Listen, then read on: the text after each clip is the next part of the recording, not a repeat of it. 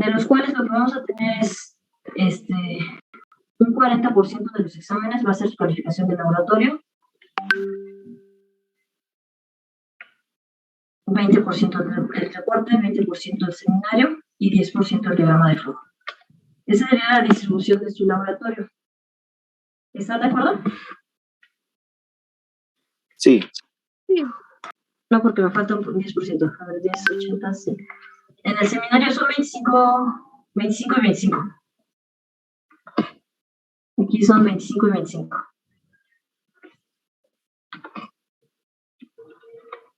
Si no, me va a hacer falta un 10%.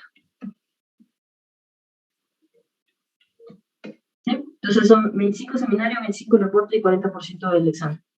Y 10% su diagrama de flujo. Pues mañana les repartimos lo que serían las prácticas. Déjenme revisar bien cómo va a quedar finalmente su calendario de prácticas, porque va a haber prácticas que se van a eliminar. Hay algunas prácticas que se tienen que tomar, aunque los hagamos inicialmente en línea, hay algunas que se tienen que retomar en presencial, porque son las básicas, sobre todo las primeras.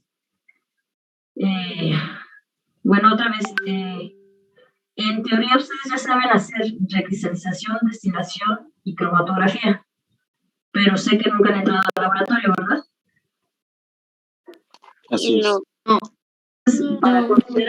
Para considerar esos 3 factores que ustedes sí deben de manejar como parte de su materia. Y trataremos de manejar alguna síntesis para que se tenga también el trabajo de eso. Pero por lo pronto a mí me interesaría que ustedes pudieran manejar lo que es la destilación. Entonces posiblemente haga unas pequeñas modificaciones a lo que son sus prácticas. Tal vez los seminarios como tal los vamos a respetar las prácticas como digan, pero las prácticas presenciales a lo mejor no voy a tener las mismas. Destilación, recristalización, porque esas son técnicas importantes en cualquier laboratorio de química. Cromatografía, extracción líquido-líquido,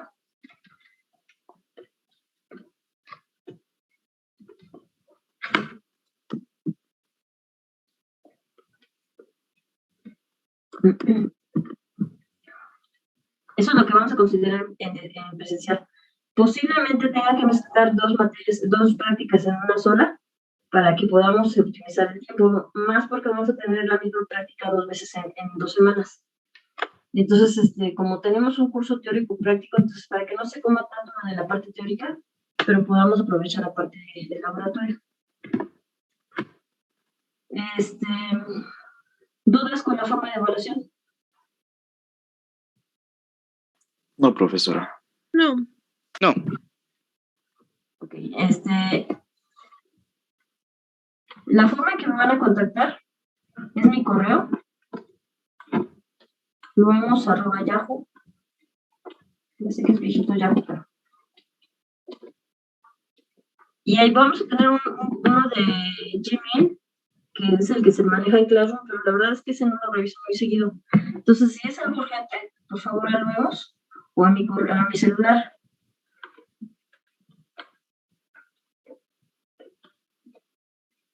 Entonces, esas son las 2 formas en que me van a contactar más fácilmente. El celular y el correo. Entonces, cualquier problema que tengan, si tienen que faltar por alguna razón importante, por favor avísenme.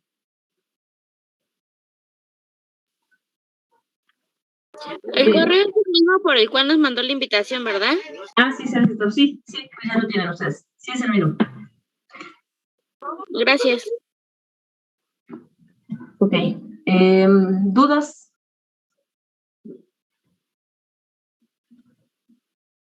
No.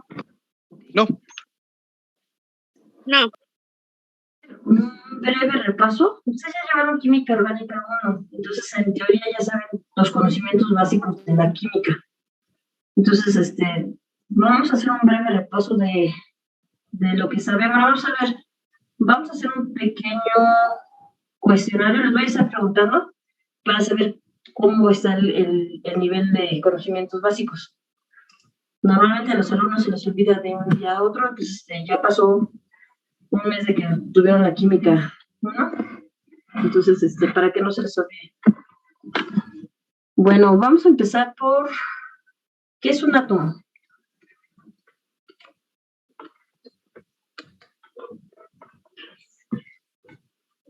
Eric Flores, ¿qué es un átomo?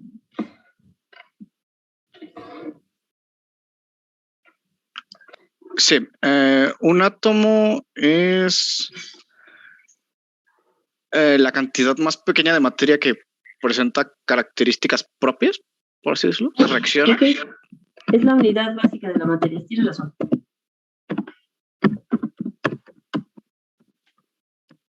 De la materia.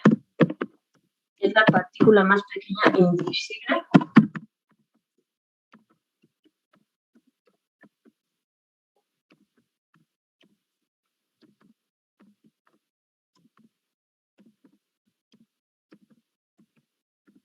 ¿Y de qué está formada un átomo?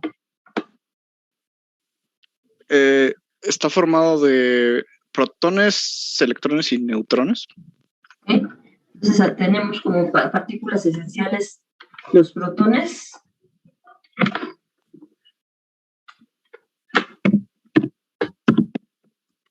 neutrones y electrones.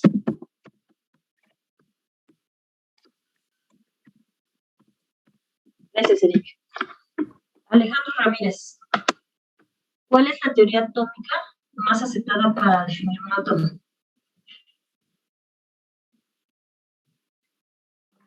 ¿Puede repetir, profesora? Es que se me fue el internet. Sí, ¿cuál es la teoría atómica más aceptada para definir un átomo? Sería la teoría de Schrödinger, me parece. Ok. Entonces, la teoría atómica más aceptada hasta el momento, con ciertas modificaciones, es la teoría de Schrödinger.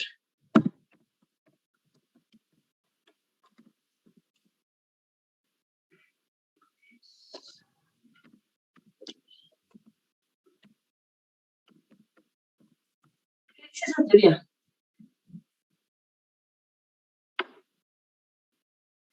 ¿Cómo vemos el átomo?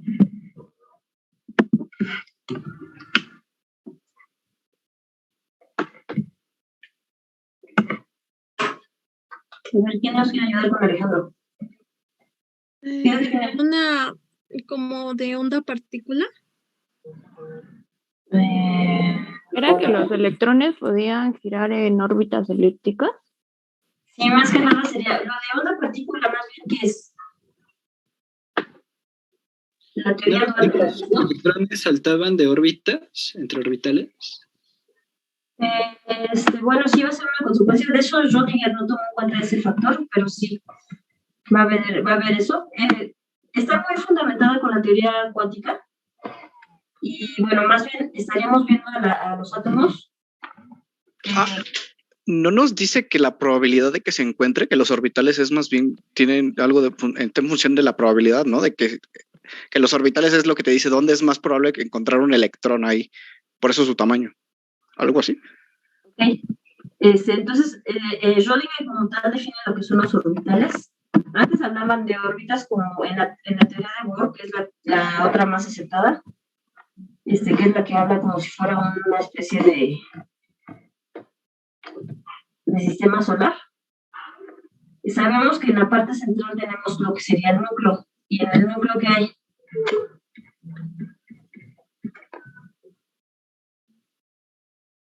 los protones Y neutrones. Y lo que decía Bohr es que los electrones están en órbitas. Ahora Schrödinger hizo un estudio matemático donde dijo que no es tan cierto eso, que más bien los electrones se encuentran, los podemos definir dentro de orbitales. ¿Y qué es un orbital? Por ahí lo dijeron, pero no supe quién lo dijo. Es la probabilidad de qué?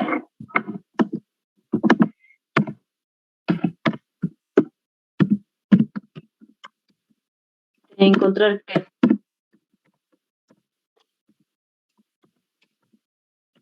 Un electrón. Un electrón, de acuerdo. Nunca tenemos el exacto de dónde se encuentra el electrón. Nunca podemos decir las coordenadas exactas de ese electrón, pero podemos definir su probabilidad. Y eso es lo que nos decía Schrödinger. Y entonces nos dice que los orbitales no son tanto así como órbitas alrededor del núcleo, sino que tienen formas definidas. ¿Cuáles son los diferentes orbitales que conocemos?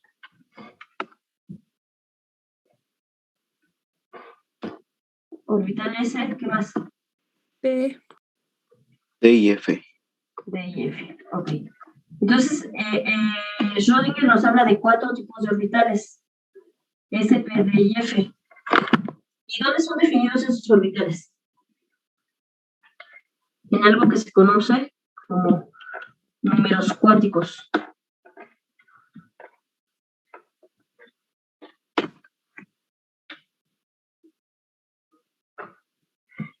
¿De acuerdo? ¿Cuáles son los números cuánticos que conocen? S, M, L. L, M y S. Ok. Estos números cuánticos nos van a definir y a describir a los orbitales como tal. Y finalmente, con el número cuántico S vamos a definir a lo que es un elemento. Bueno, antes de continuar hasta allá, ¿qué es la materia? Porque ya dijimos que el átomo es la unidad básica de la materia. ¿Pero qué es la materia? Todo aquello que ocupa un lugar en el espacio. Todo aquello que ocupa un lugar en el espacio y que tiene masa. Okay. Y bueno, los átomos, todos los átomos son idénticos. ¿O no? ¿Varían en tamaño? ¿Varían en tamaño? Sí. ¿En qué más?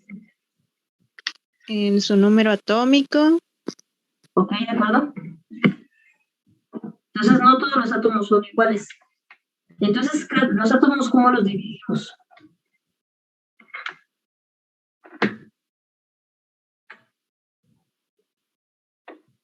¿Qué es un elemento?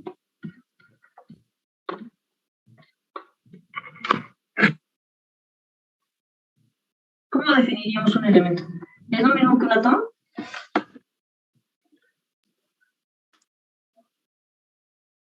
¿Tú qué piensas, Edith Consuelo?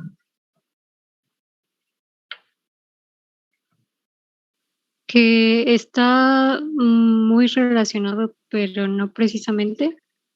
Ok. Vamos a suponer que estamos en un salón de clases y hay 40 individuos. ¿Tú puedes separar entre hombres y mujeres en forma general? Sí.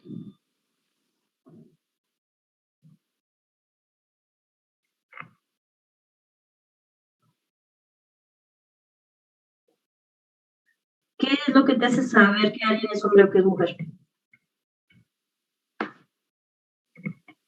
Sería sus rasgos, quizás su altura promedio, su masa muscular, quizás.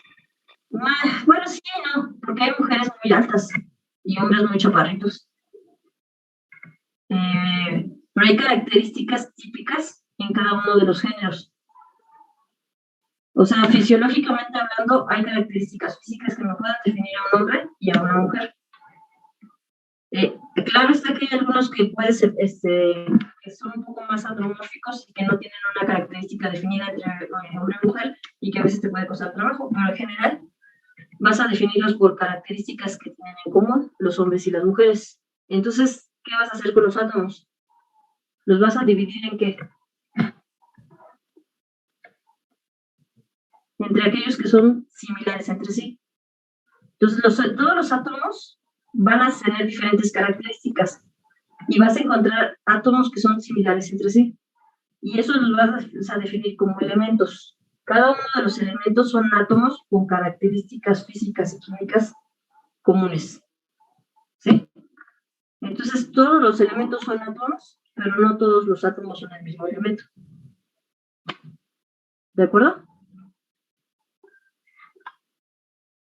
¿Sí les queda claro entonces qué es un elemento? Sí. ¿En dónde podemos ubicar a los elementos? A nosotros nos gusta clasificar todo. ¿Dónde los podemos encontrar? Tabla periódica.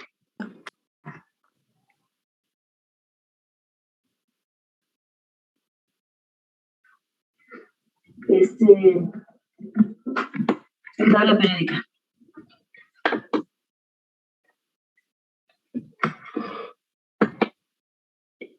Bueno, ok. Perdón, es que vi un mensaje que me mandaron. Entonces, nosotros tenemos la tabla periódica, normalmente la podemos encasillar en pequeñas casillas, en pequeños cuadritos, recuadros, en los cuales vamos a tener el símbolo. El símbolo puede ser una letra mayúscula o una letra mayúscula y una minúscula. Actualmente ya hay elementos que tienen hasta 3 letras, ¿no? Una mayúscula y 2 minúsculas. Entonces, este les va a estar representado entonces por el símbolo. Pregunta, ¿todos se saben los elementos más importantes? Bueno, no más importantes, los más conocidos. O sea, si yo les digo magnesio, ¿ya saben cuál es el elemento? O Sí. si les digo bismuto, ¿saben cómo escribirlo? Sí. Okay. Yo sé que hay otros, obviamente, salvo que ustedes todo el tiempo se en tabla periódica, no se lo van a aprender de memoria, pero sí los típicos, los grupos del bloque A, esos, la mayoría sí se los deberían saber. Bueno, tenemos el símbolo, por ahí nos dijeron que además tenemos el número atómico.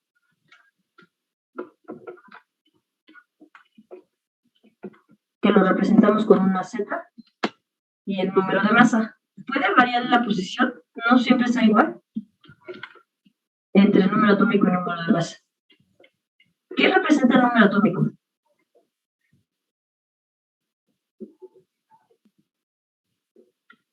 ¿Qué información me da? ¿El número de protones? Ok. El número atómico siempre me va a hablar de los protones. ¿Los protones son neutros o con carga? Con carga. Carga. Con carga. Y va a ser carga positiva. Normalmente todos los elementos son neutros. Por lo tanto, si conozco la cantidad de protones, puedo inferir la cantidad de electrones.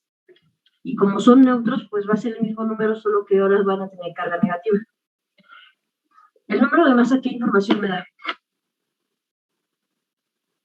Los protones más los neutrones. De acuerdo. Aquí tenemos protones más neutrones. ¿Qué función tienen los neutrones en el átomo? ¿Para qué sirven?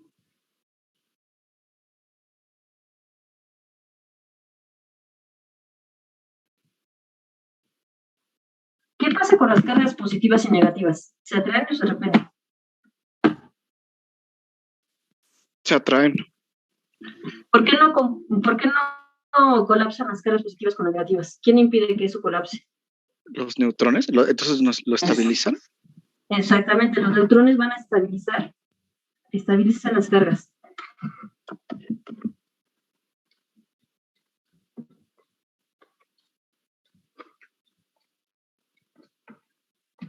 Y va a llegar un momento en que tengo tantos electrones y protones que los neutrones se van a duplicar. Ok, vamos a considerar que una cosa que les voy a pedir, ya sea virtual o presencial, necesito que tengan una tabla periódica, siempre, todos los días. Salvo que se sepa la tabla periódica de memoria, que eso no ocurre. Entonces, por favor, siempre tengan a la mano una tabla periódica. Además, ustedes son CUFIs. Eso implica que de todas las carreras que hay en la escuela, ustedes son las que tienen más química. Así que la tabla periódica debería de tenerlas a todas. El hidrógeno tiene un número de masa, que sería un número atómico igual a 1 y un número de masa igual a 1.008 unidades de masa atómica. Recuerden que no tenemos una unidad como tal en el número de masa, ¿verdad? Solo que nos refiramos a un mol. Y en un mol, entonces ya hablamos que un mol es igual a 1.008 gramos sobre mol. Bueno, sobre mol, es repetitivo. Sería sobre un mol, tengo 1.008 gramos de hidrógeno. ¿Sí? Pero en realidad, si nosotros nos hablan sin la presencia del mol, nosotros nos tenemos que referir en unidad de masa atómica. Ok. La pregunta es, dado que tenemos esa información, ¿cuántos protones, neutrones y electrones tengo?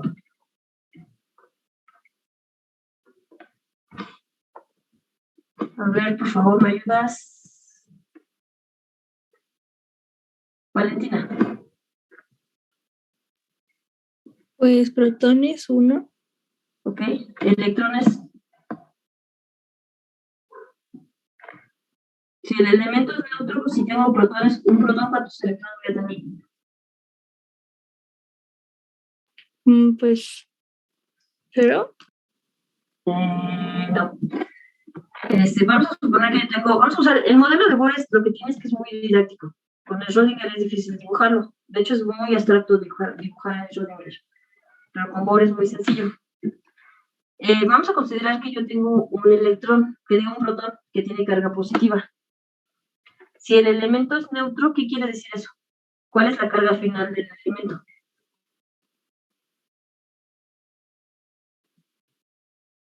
Más 1, más 2, más 3, más 4, menos 1, menos 2, menos 3, 0. Si es neutro, ¿cuál sería la carga final? 0. Pues correcto. Entonces, si tengo una carga de 1 más, ¿cuál sería la carga del electrón? Para que sea neutro ese elemento. 1 menos. 1 menos. Entonces, tenemos un electrón con una carga negativa. Por lo tanto, entonces un electrón es 1. 1 y 1 ya se neutraliza. Valentina, ¿cuántos neutrones tiene el hidrógeno?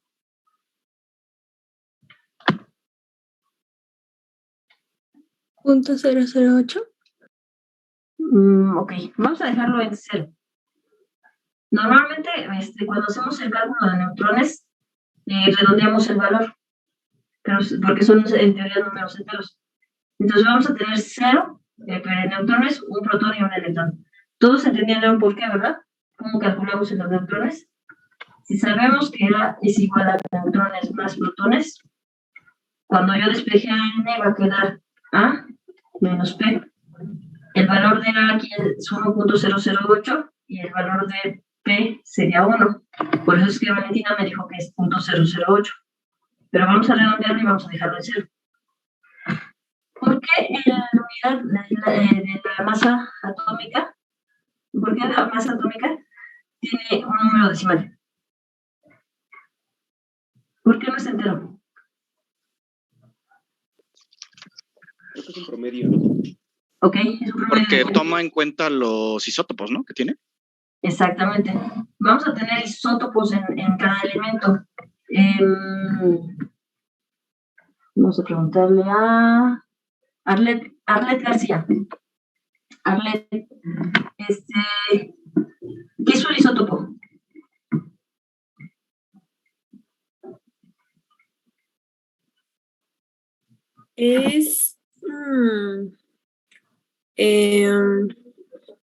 Son átomos diferentes de un mismo elemento. Ok. Si son átomos del mismo elemento, vamos a suponerlo así, los isótopos van a tener el mismo número que atómico de masa.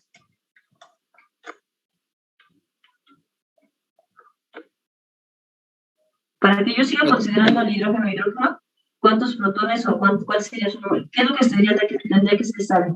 ¿El número atómico o el número atómico? Ok, el número atómico. Entonces, los isótopos tienen el mismo número atómico. Ahí parece otra cosa. Pero diferente número de masa. O sea, en otras palabras, ¿qué es lo que está cambiando? La cantidad de neutrones. La cantidad de neutrones. Porque los protones deben ser exactamente los mismos. Y sí, efectivamente, el promedio que tenemos aquí, bueno, el valor que tenemos de masa atómica es el promedio de los diferentes isótopos en la naturaleza. Lo que ponemos en tabla periódica es el isótopo más abundante en la naturaleza. Es que existen, por ejemplo, en el caso del hidrógeno, 3 isótopos, pero de esos 3 el más abundante es hidrógeno. Tenemos hidrógeno, deuterio y tritio. Los otros isótopos a veces les damos alguna función. Por ejemplo, el deuterio es muy usado para seguir alguna reacción química o para seguir algún proceso biológico. Deuteramos y con eso nos damos cuenta de qué es lo que está pasando. El tritio normalmente se usa como dentro de la energía nuclear. Nos ayuda a tener energía nuclear por medio de la fusión, ¿no? Y bueno, así como otros isótopos. Pero bueno, entonces, como tal, el número de masa va a ser el promedio de estos tres. Y de esos tres y de su abundancia. Ok, ¿dudas hasta aquí? ¿Todo esto ya lo recuerdan? ¿Sin problema? No me confundan isótopos con isómeros, ¿eh? No es lo mismo. ¿Vamos bien hasta aquí? Sí, todo bien. Sí, todo bien. Bueno, entonces ya todo el mundo sabe que es un isótopo, un elemento, los números atómicos, número de masa. Vamos a suponer que yo tengo sodio. ¿Cuál es el número atómico del sodio?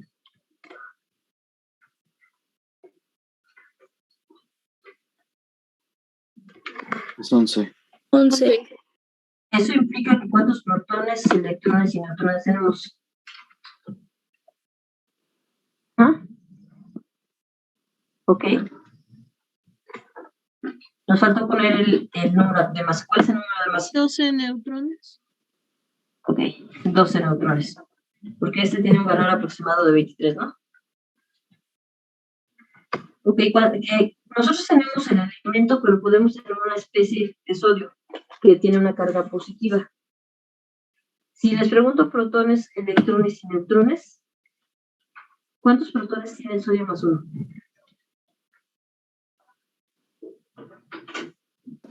No sé. ¿Dijeron no sé o 12? 12.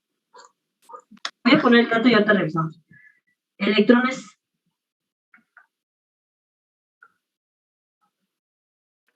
11. 10. Neutrones. 10. 10 neutrones o 10 electrones. Electrones, ¿no? Tengo dos respuestas. Ahora revisamos cuál es la correcta. ¿Y neutrones? 12 también. Si se acuerdan, otra vez voy a usar el modelo de Bohr. Les digo que es muy didáctico. El sodio no tiene 11 electrones. Eso implica que ¿cuántas capas tiene?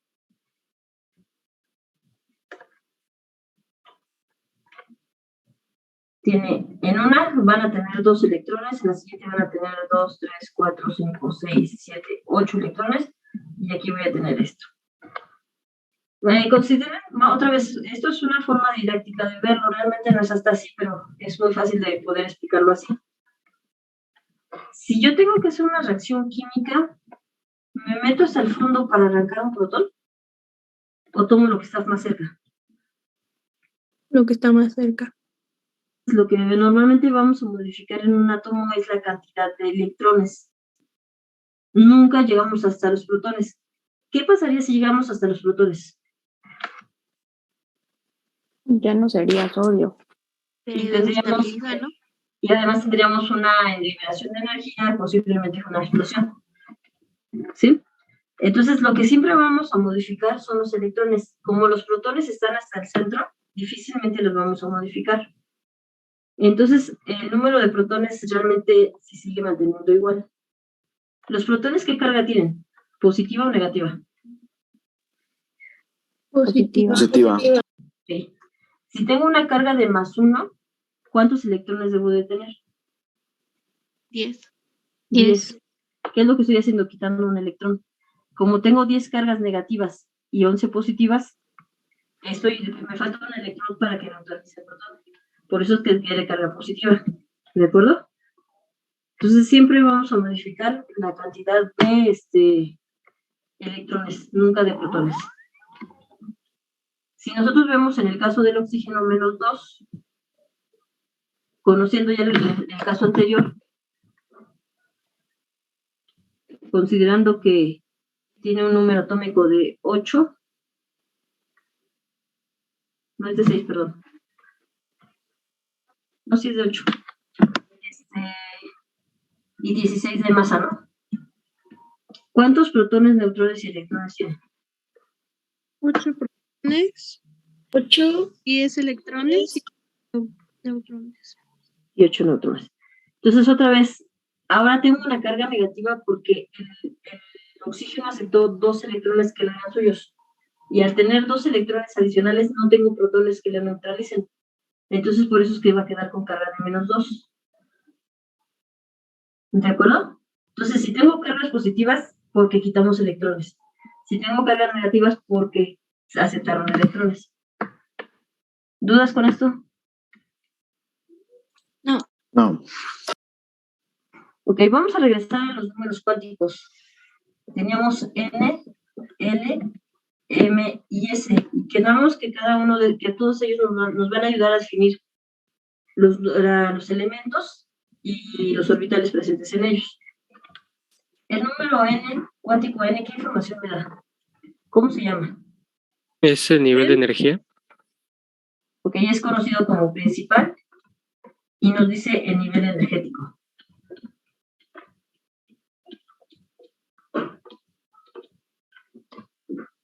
Considerando otra vez el modelo de Bohr, podríamos hablar de los niveles energéticos como cada uno de estos niveles donde están los electrones. Otra vez, en realidad el átomo es muy abstracto, no, lo ponemos así porque es muy fácil hacerlo así, pero normalmente no es así. ¿Qué significa el número L? ¿El número secundario? Ok. ¿Y qué información me da? Los subniveles de energía. Ok. ¿Y esa información va a qué me sirve? La forma del electrón. Del electrón, ¿de quién? ¿Me da la forma de quién?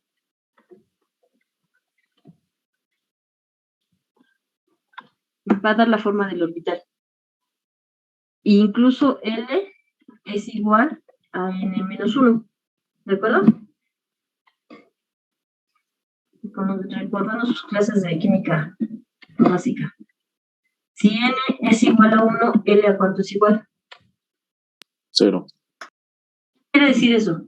Que el orbital que se encuentra en el nivel 1 no tiene ninguna especie de nodo, es una forma homogénea. Y vamos a encontrarla o definirla como una esfera.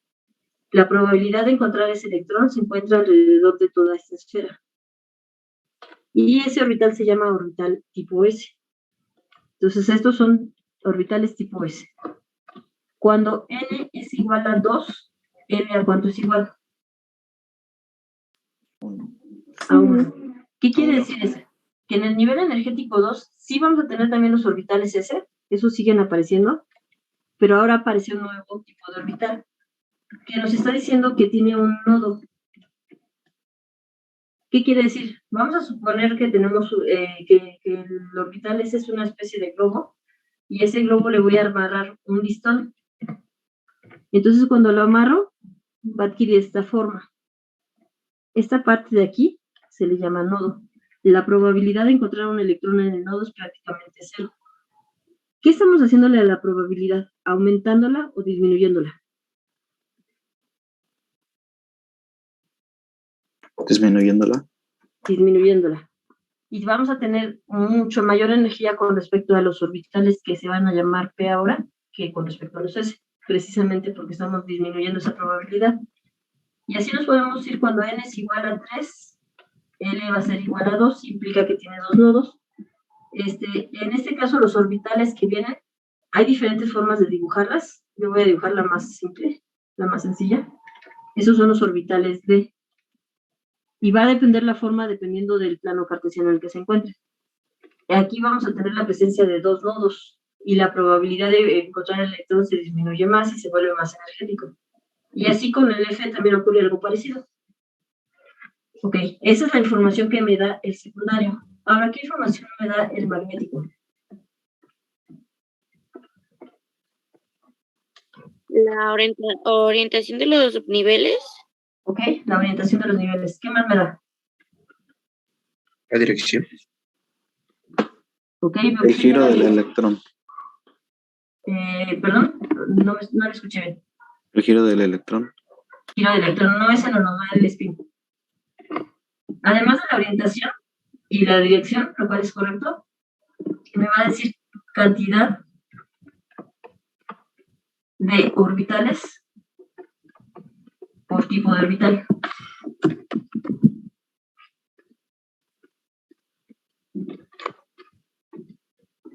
¿Cómo se define el número cuántico M?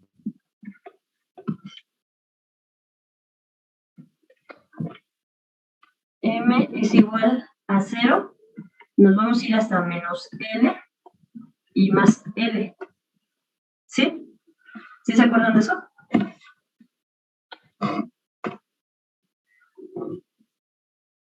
Ok, ¿cómo lo vamos a definir en palabras entendibles? Bueno, nosotros ya quedamos que tenemos orbitales S, P, D y F, dependiendo del número de nodos y dependiendo del nivel energético. Cuando N es igual a 1, L es igual a 0, por lo tanto, M aquí es igual.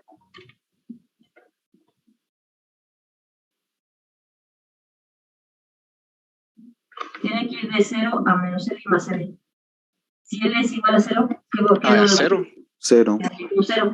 ¿Qué quiere decir eso? Que el orbital tipo S solamente tiene un tipo de orbital. Y recuerden que por cada orbital, ¿cuántos electrones caben? 2. Entonces aquí puedo tener hasta 2 electrones. Ok, ¿qué pasa cuando N es igual a 2, L es igual a 1?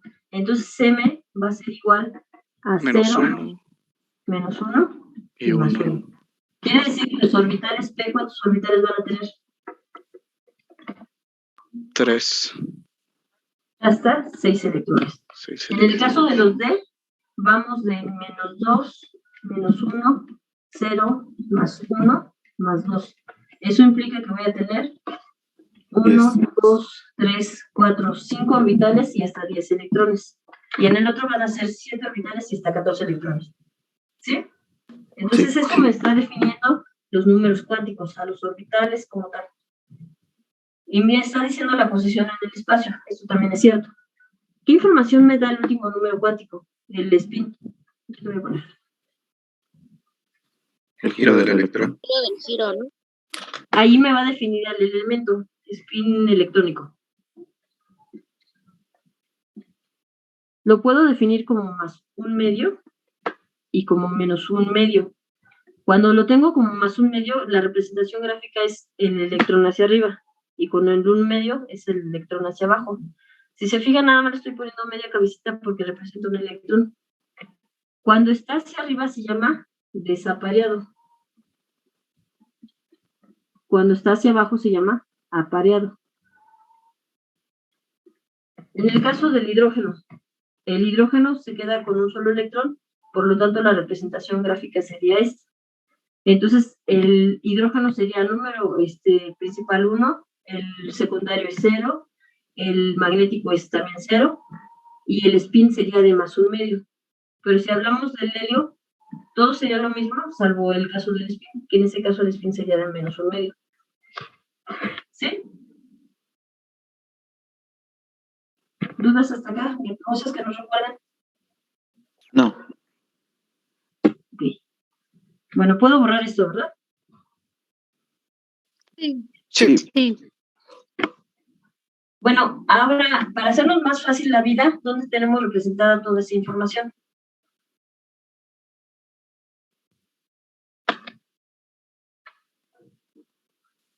En la tabla periódica. Ya, precisamente. Toda esa información ustedes la tienen en tabla periódica y por eso es que es importante tener siempre una tabla periódica a la mano. Perdonen mi tabla periódica toda chula, pero... Sí, muy chula. Bueno, primero tenemos periodos que nos dan, cada uno de esos periodos son los niveles energéticos N, ¿verdad? Son los periodos que nos indican los niveles energéticos.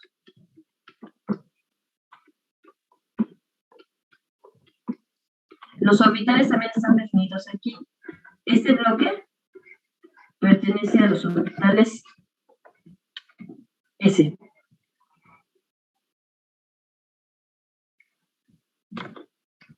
Ese bloque de aquí, salvo este, porque este en realidad pertenece a quién. Este es este todavía sigue siendo un S. Entonces, en el segundo periodo, ya aparece, acuérdense que este es N es igual a 1, por eso no puede aparecer, no puede ser un P. Este es N igual a 2. En el nivel 2 es cuando aparecen los orbitales P. Entonces, este es el bloque de los P. Este es el bloque de los D y este es el bloque de los F. Ahora, ¿cuántos electrones caben en el orbital S? 2, ¿verdad? Entonces, si se fijan en el bloque S, tengo 2 columnas. En el bloque P, obviamente otra vez no contamos el helio. ¿Cuántos electrones cabían en el bloque P? Ustedes cuentan desde aquí, son 1, 2, 3, 4, 5, 6, hasta los gases nobles. Entonces, aquí tenemos 6 electrones. Si llegan a contar, estos son 10 electrones y finalmente estos son 14 electrones. ¿Sí? De hecho, en las configuraciones electrónicas es más fácil hacerlo con la tabla expandida que hacerlo de las diagonales. Pero no sale lo mismo. Ok. Entonces, por eso es sumamente importante para nosotros la tabla periódica. Tenemos el bloque A y el bloque B. El bloque A son estos y estos. El bloque S y P nos dan al bloque A, que son los elementos representativos. La mayoría de las propiedades periódicas aplican para los representativos.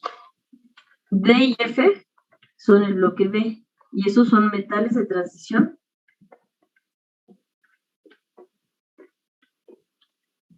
y transición interna.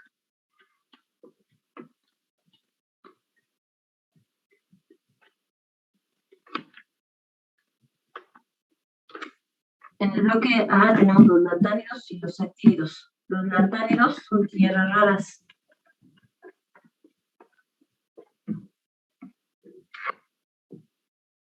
Y tenemos también la presencia de los metales, los no metales y los metaloides. ¿Dónde están los metales? ¿O cómo puedo identificar a los metales y a los no metales?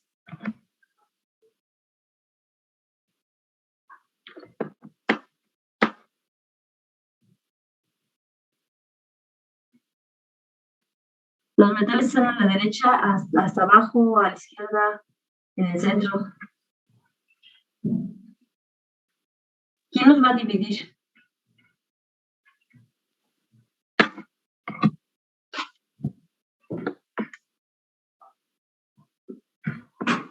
Los metales son la mayoría de los D y los S sin el hidrógeno.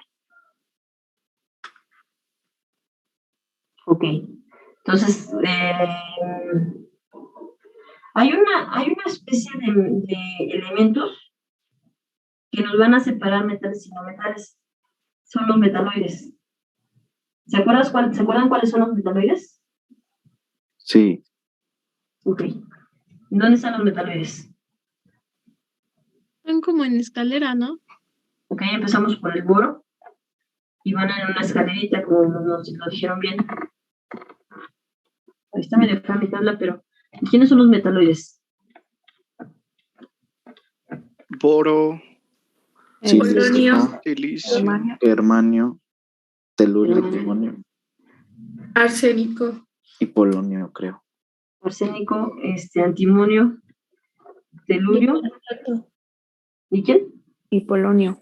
Polonio. En el astato hay unos que lo consideran como que sí, yo creo que no. Vamos a dejarlo como una especie de intermedio. Y sí, en general estos son los metaloides. Los que están, como ya lo había dicho alguien de ustedes, los que están a la izquierda, todos estos son metales. Todos estos incluyen obviamente estos. Y los no metales son estos. La química orgánica se enfoca exclusivamente en los metales o los no metales. Buenos.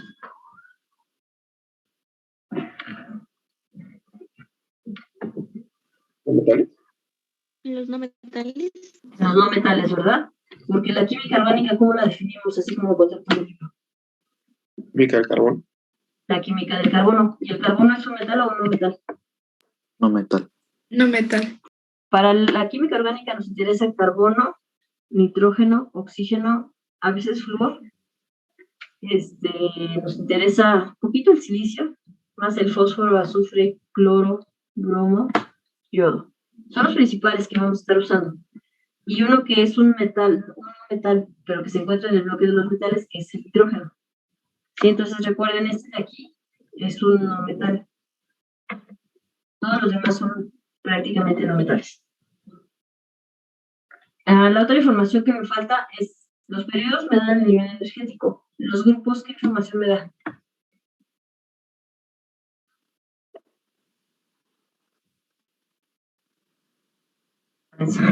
¿Qué es un electrón de valencia? Ok, de acuerdo. En esos electrones es donde se llevan todas las reacciones químicas. ¿Dudas hasta aquí? ¿Todo esto lo recuerdan sin algún problema? Sí. Ok. Vamos a borrar esto. Bueno, ya definimos los números cuánticos, ya definimos la tabla periódica. Bueno, nos faltan, en la tabla periódica nos faltan las propiedades periódicas, y esas son importantes que las definamos. Porque todos siempre decimos que es electronegatividad. Bueno, porque es así esto por electronegatividad. ¿Y eso por qué por electronegatividad?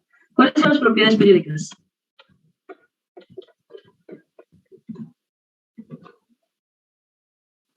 ¿Ya ven entonces en electronegatividad?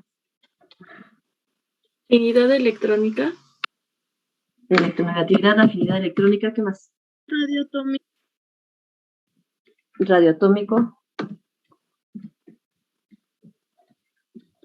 Energía de ionización. Y energía de ionización.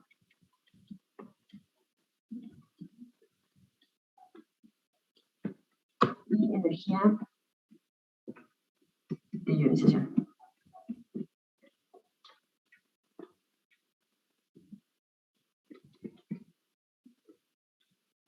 Y hay una tendencia, ¿no? En tabla periódica. La tendencia normalmente es considerando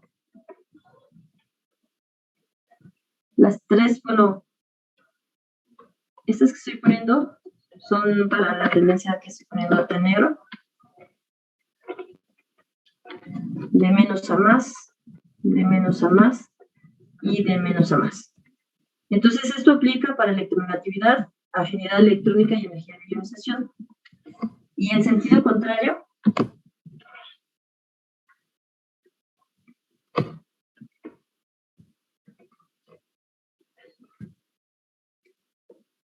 tenemos al radioatómico.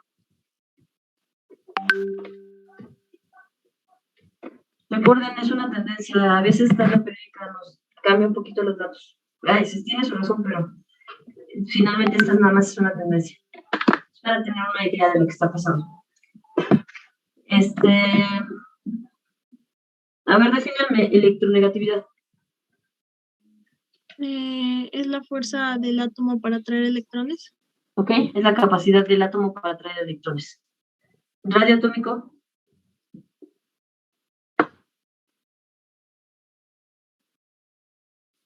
La mitad de la distancia entre dos átomos.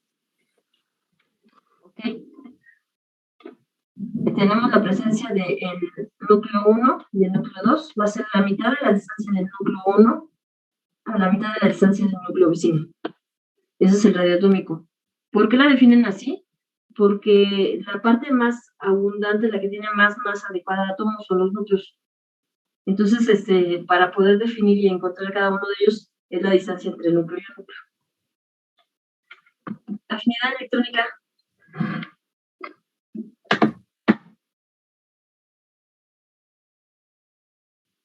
Cuando dicen que son afines, independientemente de si es química o no, ¿a qué se refieren? ¿O compatibles? Ok, si soy afín con los electrones, ¿qué quiere decir en otras palabras? ¿Que también lo reciben una carga negativa? Afinidad electrónica es qué tan fácil acepto un electrón. Y por lo tanto, voy a generar cargas negativas. Entonces, afinidad electrónica es la capacidad de aceptar electrones. ¿Y la energía de ionización? Creo que es la energía que se requiere para arrancar un átomo, o bueno, desprender.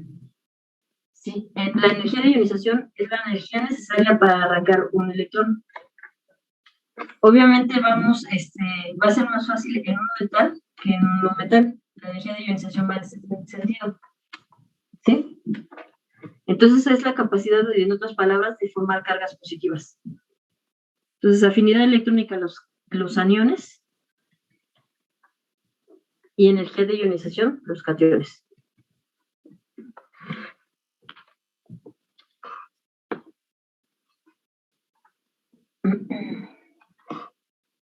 En el periodo 2, yo tengo al litio, y sin considerar el neón, el elemento anterior al neón es el flúor.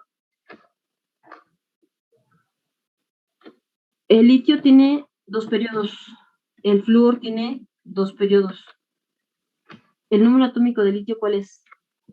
¿Me recuerdan, por favor? 3. 3 protones y por lo tanto, ¿cuántos electrones? 3. Flúor. 9.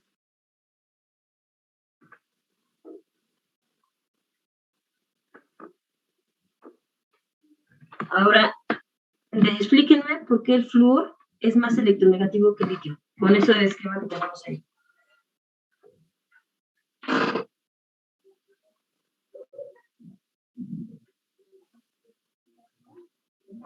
¿Por su posición? ¿A qué se refiere con su posición? O sea, en la tabla periódica. Bueno, sí, pero tienes acordado por una razón.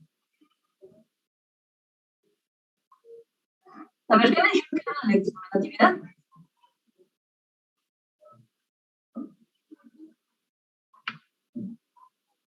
¿La capacidad de qué? De atraer electrones. El flúor es más electronegativo que el litio.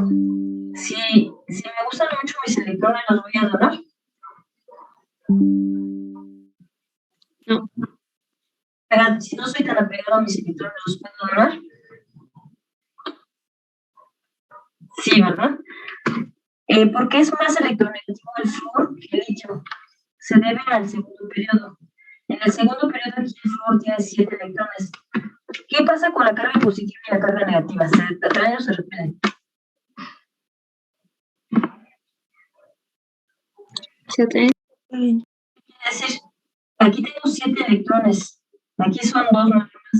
Entonces la fuerza que van a tener esos electrones hacia el núcleo es muy grande. Y entonces esos electrones van a estar muy apegados al núcleo. Difícilmente se van a mover esos electrones. ¿De acuerdo?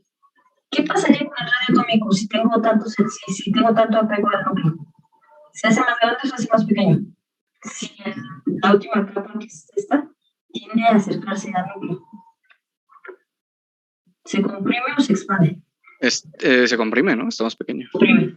Como tenemos tantos electrones, esos electrones tienen la fuerza para disminuir la distancia entre ellos dos. Ahora, si yo solamente tengo un electrón, ¿tendrá la misma fuerza que los 7 electrones? No. ¿Más fuerza, los 2 electrones internos o el electrón que está afuera? Los 2 internos. Entonces, lo que va a hacer el litio es que se va a pegar más a sus electrones internos y va a dejar más libre a este. Entonces, como este no es tan fácil o no es tan apegado, tiende a donarlos. Y aquí prefiere aceptar electrones que perder electrones. Entonces, el litio tiene una baja energía de ionización, por lo tanto, puede regalar fácilmente este electrón. Y el flúor tiene una alta afinidad electrónica, por lo tanto, acepta electrones. Su energía de ionización es muy alta, difícilmente vamos a extraer un electrón. ¿De acuerdo? Entonces, si se fijan, eso se explica las 4 propiedades periódicas. ¿Dudas hasta acá? No. Entonces, recuerden, electronegatividad y radio atómico los vamos a usar continuamente en química orgánica. Siempre decimos o es para electronegatividad, radio atómico y algunos dicen por efecto estérico. Okay. ¿Dudas hasta aquí? ¿Todo claro?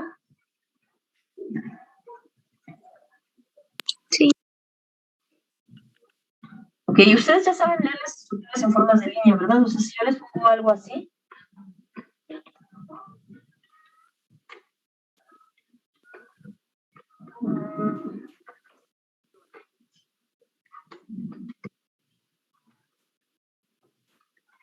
Sin problema me pueden decir la fórmula molecular.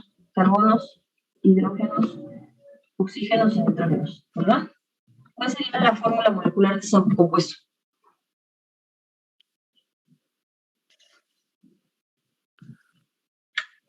¿Cuántos carbonos tiene? 7. 7. ¿Alguien da más? ¿Alguien da menos? Tiene 8, ¿no? 1, 2, 1, 3, 2. 4, 5, 6 y la punta 7. ¿Cuántos tenemos? 8. 1, 2, 3, 4, 5, 6, 7, 8. Recuerden que el carbono se encuentra en la familia 4 y tienden los elementos siempre a buscar, bueno, a buscar las formas energéticas más estables. Entonces tienden a parecerse a un gas noble. Entonces el carbono, por eso es que recibimos la regla. El carbono tiene 4 electrones de valencia. Para llegar a 8, ¿cuántos electrones le faltan? Si tiene 4 para 8. 4. Eso quiere decir que el carbono siempre va a tener 4 enlaces alrededor de él. Eso es importante porque entonces ya con eso puedo definir también la cantidad de hidrógenos que tendríamos por carbono. Si es así, considerando que un carbono tiene 4 enlaces, este carbono que está aquí, ¿cuántos Tiene enlaces? 3. Tiene 3 hidrógenos, ¿no? 3 hidrógenos, ajá. Este de Ese aquí tiene 2. Ese. Ese tiene 1. Ese ninguno. Ese. Ese tiene 2. 2. Ninguno. A ninguno. ¿Y ese? Ese 1. Ok. ¿Cuántos hidrógenos hay en total? 2, 4, 6, 11. 9, 10, 11. No. 3, 2, 4, 6. 13, ¿no? 13. Ah, sí. Sí, me faltan esos. Oh, sí. Oxígeno y nitrógeno. Todo lo demás vale esas estructuras sin problema. Vamos a poner el ejemplo más sencillo.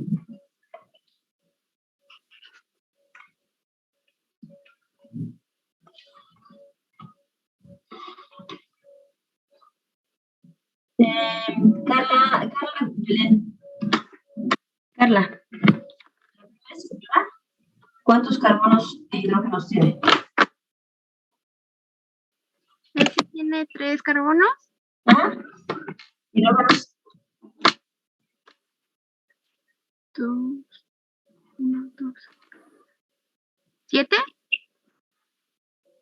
Ok, voy a poner el dato y ahorita me lo corregimos. Si es necesario. A ver, Carla, este carbono que está aquí, ¿cuántos carbonos hidrógenos tiene? 3. Y obviamente este también tiene 3. 6, 7. Ajá. Está aquí, ¿cuántos enlaces tiene en el momento? Sin contar los hidrógenos. Son 3, 6, 7, 8. No, Okay. son 8. Son 8 porque aquí tendríamos 2 hidrógenos, ¿no? Ajá, sí. No son 7, son 8. Muy bien, Carla.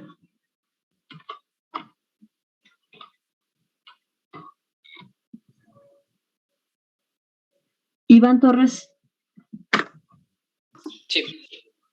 ¿Cuántos carbonos y hidrógenos tiene esta estructura?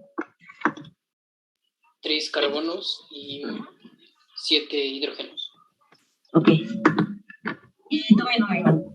¿Cuántos carbonos y hidrógenos tiene? 3 carbonos. Ajá. ¿Y cuántos hidrógenos? También 7. ¿Todos están de acuerdo con Iván o alguien difiere?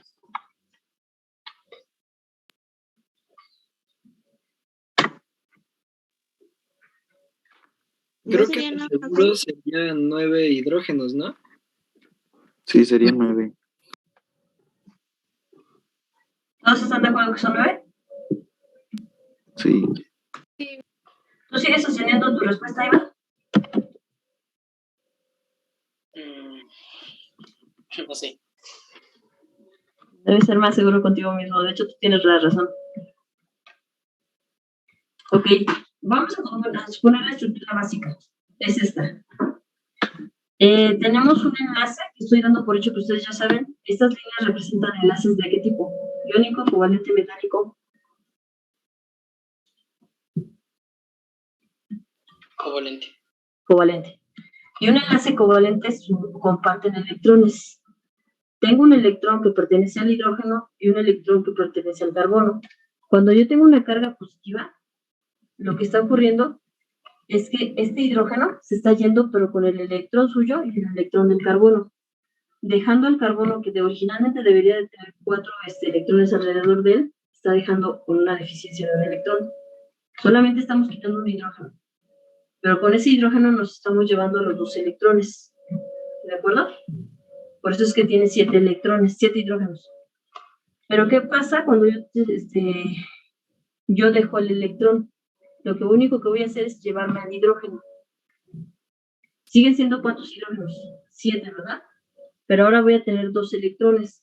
Uno que pertenece al carbono y uno que pertenece al hidrógeno. Por eso es que aquí hay carga de -1. Porque él está tomando el electrón del hidrógeno. Pero los hidrógenos solo siguen siendo 7. Porque solamente sustraje el hidrógeno. Lo puedo sustraer con los 2 electrones y dejar una carga positiva, o lo puedo sustraer sin los electrones y se queda con carga negativa. Entonces, siempre que tengamos una carga positiva o negativa, implica la ausencia solamente de un elemento o de un enlace. ¿De acuerdo? Sí. Bueno, rápidamente, entonces, ya que sé que ya saben leer esas estructuras, tenemos en química orgánica, vamos a hacer uso principalmente de los enlaces iónicos, covalentes,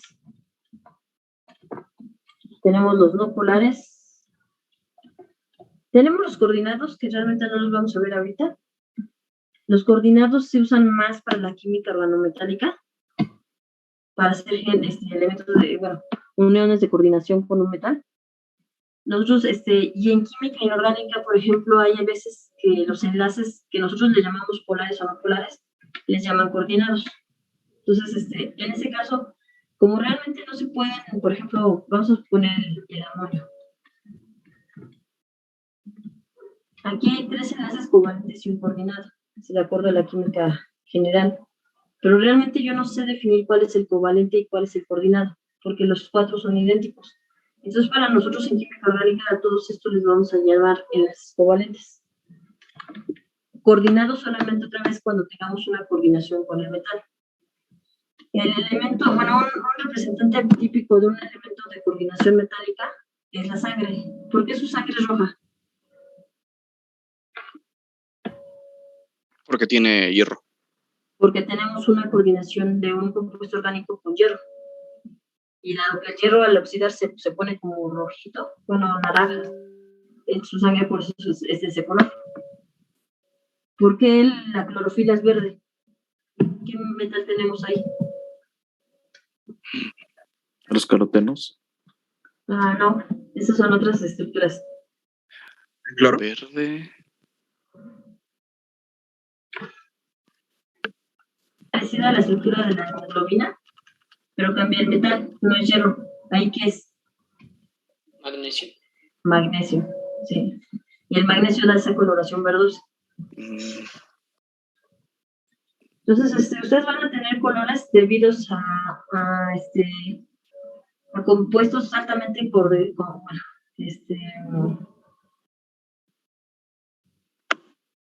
que van a tener dobles enlaces, se me fue la palabra ahorita, que tienen alta,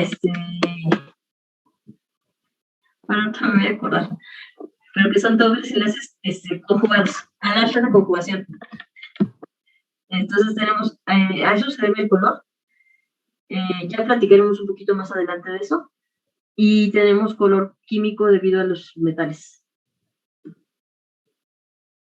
Ahora, un enlace iónico, ¿cómo lo voy a identificar?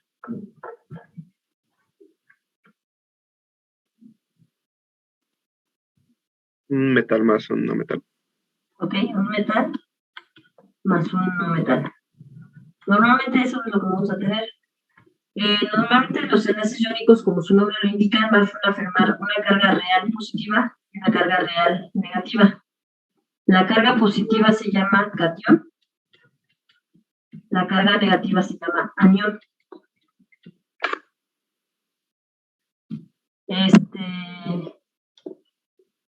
Dentro de las características que tenemos de los enlaces iónicos, normalmente los enlaces iónicos son sólidos, son conocidos como sales. ¿Los sólidos son solubles en agua o no?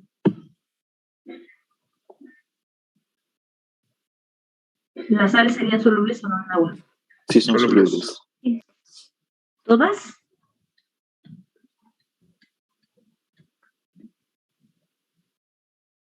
No todas, ¿verdad? Acuérdense, seguramente su química general vieron reacciones de precipitación y eso se debe a que hay sales que son insolubles en agua. Claro, tenemos una buena cantidad de solubles en agua, principalmente las que tienen en su estructura metales alcalinos, que se refiere al grupo 1. Entonces, en química orgánica, dado que sabemos que el grupo 1 genera solubilidad total, entonces nosotros muchas veces usamos el litio, sodio y potasio como metal, porque nos interesa convertir en soluble nuestro compuesto inorgánico. Nuestro compuesto insoluble, perdón.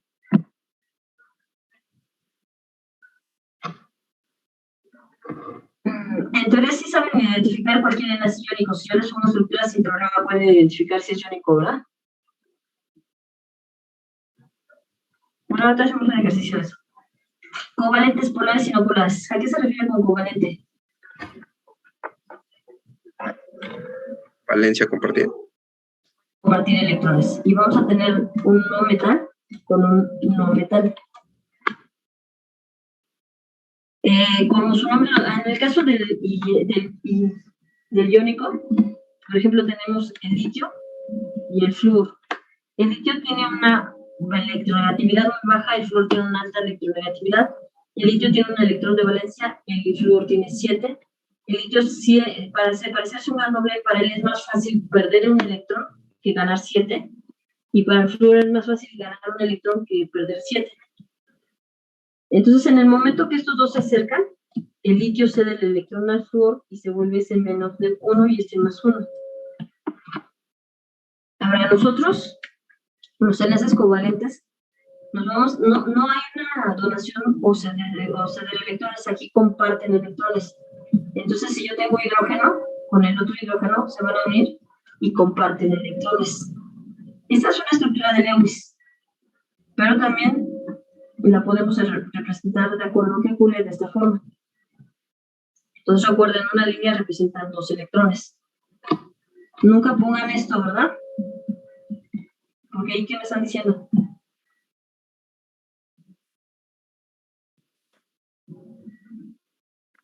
Están compartiendo, ¿no? Y no están compartiendo. Y no están compartiendo, este es un enlace iónico. Así que aguas con eso. En la línea solamente me representan enlaces covalentes. ¿A qué se refiere con no polares?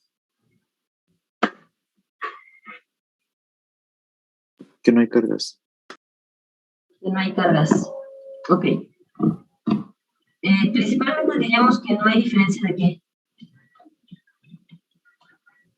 Electronegatividad.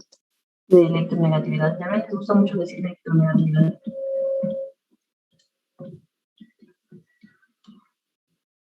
Entonces, cualquier elemento que no tenga diferencia de electronegatividades, más bien cualquier compuesto que no tenga diferencia de electronegatividades, va a ser un enlace covalente no polar.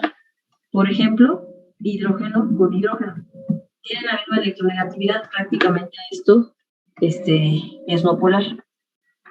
Principalmente, entonces, ¿quiénes son los no polares? Hidrógeno, nitrógeno, oxígeno y todos los halógenos.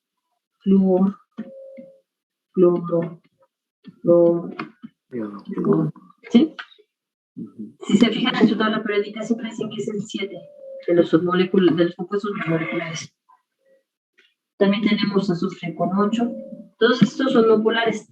Hay una pequeña excepción dentro de los no polares, porque hay algunos que se puede aceptar con pequeñas diferencias de electronegatividades como no polares. ¿Quién es el clásico ejemplo de eso? O en otras palabras, ¿cuál es el otro tipo de covalente no polar? ¿Quién lo tiene?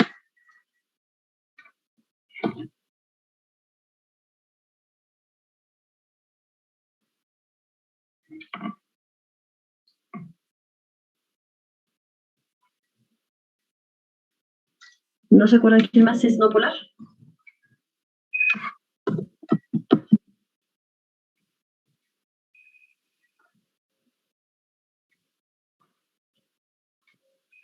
El enlace carbono-hidrógeno. Siempre el enlace carbono-hidrógeno, aunque hay una pequeña diferencia de electronegatividades, es tan pequeña que se considera nula. Entonces el enlace carbono-hidrógeno es no polar.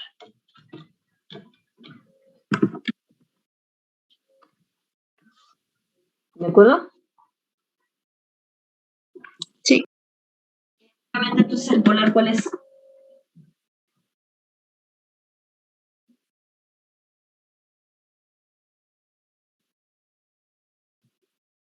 ¿Cuál sería el polar? Si en el otro no había diferencia de electronegatividades, ¿en el polar qué debe de haber? La diferencia. La diferencia, exacto.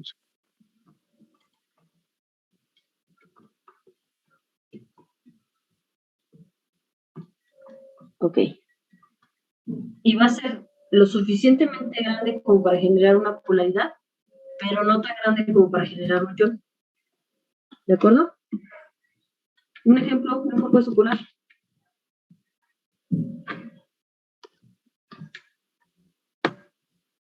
Pues el agua, por ejemplo. El agua. Es el que siempre recurre, ¿no? El agua. Recuérdenme, entonces, ¿qué es electronegatividad? La capacidad para atraer electrones.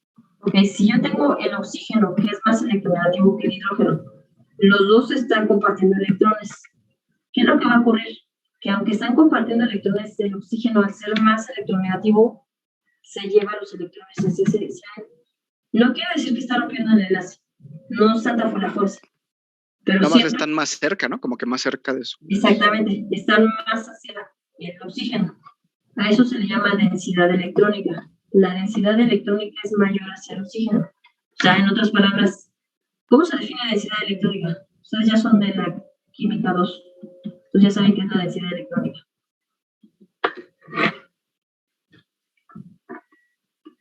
Como... Ay. Creo que es como la capacidad de retener, ¿no? Los electrones más tiempo. No. Es la probabilidad de encontrar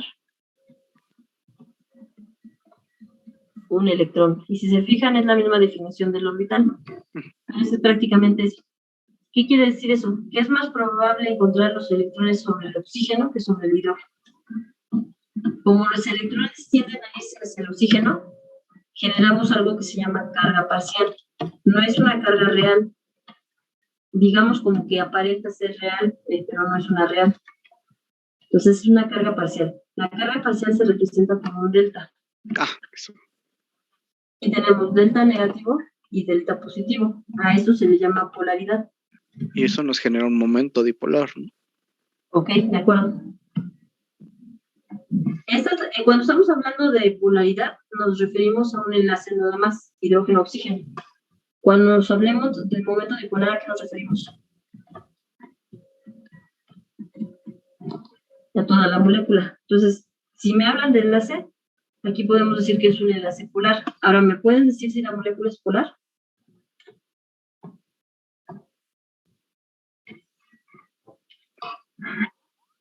Sí. ¿Es polar la molécula? Sí, la molécula es polar y tiene que ver con su momento dipolar porque la suma de sus momentos dipolares es diferente de cero, por eso es polar. Ok, el momento dipolar se representa con una letra mu. La electronegatividad va hacia el oxígeno. Las flechas con la puntita están hacia el mismo lugar. Esos vectores que tenemos ahí se pueden sumar y sacan una resultante.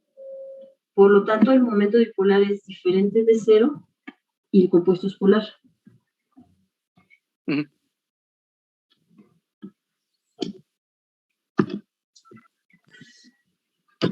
Vamos a suponer el CO2. La estructura del CO2 tiene una forma lineal.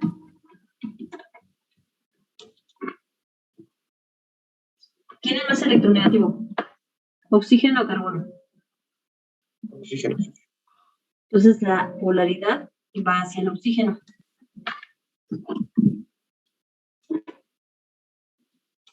¿Cómo son esos vectores? Son colineales, entonces cuando hacemos la suma, pues es cero, ¿no? Sería igual a cero y por lo tanto es no polar. La molécula del CO2 tiene enlaces polares, pero la molécula en general es no polar. Y el agua, pues, es polar con enlaces polares.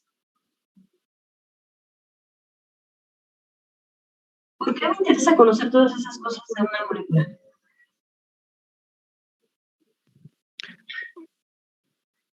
Pues porque podemos prever cómo va a interactuar con otras moléculas polares o no polares, precisamente. Porque sí, nos da lo que sería la reactividad de una molécula. Sabemos, como tú lo dijiste, cómo reaccionaría en un proceso químico. Entonces, en teoría, ustedes ya tenían ese conocimiento básico para poder explicar y llevar a cabo la química 2. ¿Dudas hasta el momento?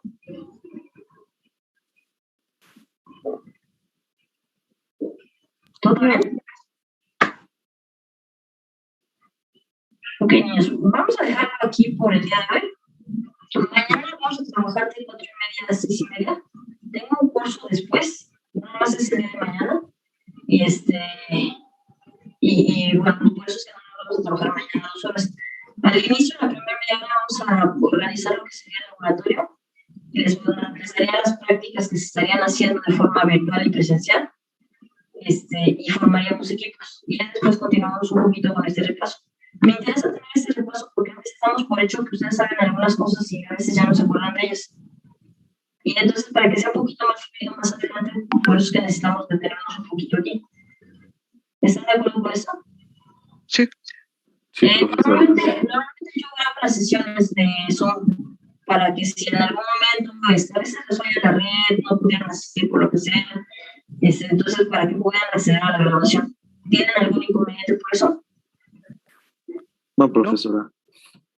Okay. Por favor también, si no me entienden, si no me escuchan, si voy muy rápido, si voy muy lento, por favor díganmelo. Les prometo que no voy a reprobarlos por eso. Eso hace que la clase sea más fácil y fluida para ustedes. Si ustedes participan, se hace más fácil para todos. Y ustedes tienen... Respecto a lo que no se oía bien, es que ahorita que dijo lo de la hora de mañana, como que no se escuchó muy bien, como que se escuchó a lo lejos y como eco y entrecortado. Ok, sí voy a revisar porque ya me dijeron que no me escuchaban bien en la clase pasada. Entonces déjenme revisar mi computadora, pero empezamos a las 4:30 de la mañana. Y vamos a tener nada más 2 horas, de 4:30 a 6:30. Ah, ok, gracias. Profesora, yo tengo un ETS el día de mañana a las 4. ¿Habrá algún problema si termino antes y me puedo integrar después a la clase? Sí, sin problema. Sí, pues yo sé que hay unos que incluso apenas van a entrar de nuevo ingreso como tal. Todas estas semanas así como de arreglos y con sus exámenes. Así que no hay problema. Gracias, profesora. No, de nada. Ok, jóvenes, ¿alguna duda? ¿Comentario? Profesora, dígame. Bueno, no sé si las clases se pueden grabar por cualquier cosa o algo así. No sé si nos da permiso. Bueno, Sí, si lo permiten también. De inicio, yo grabo la sesión y la subo en Classroom. Entonces, el mañana les mando lo que sería la clave del Classroom y ahí es donde encontrarán siempre las sesiones. Ok, gracias. ¿Alguna otra duda, comentario? No, profesora, creo que sería todo. Ok, jóvenes, si no, nos vemos mañana, por favor. Cualquier duda, todos tienen mi correo y tienen mi celular.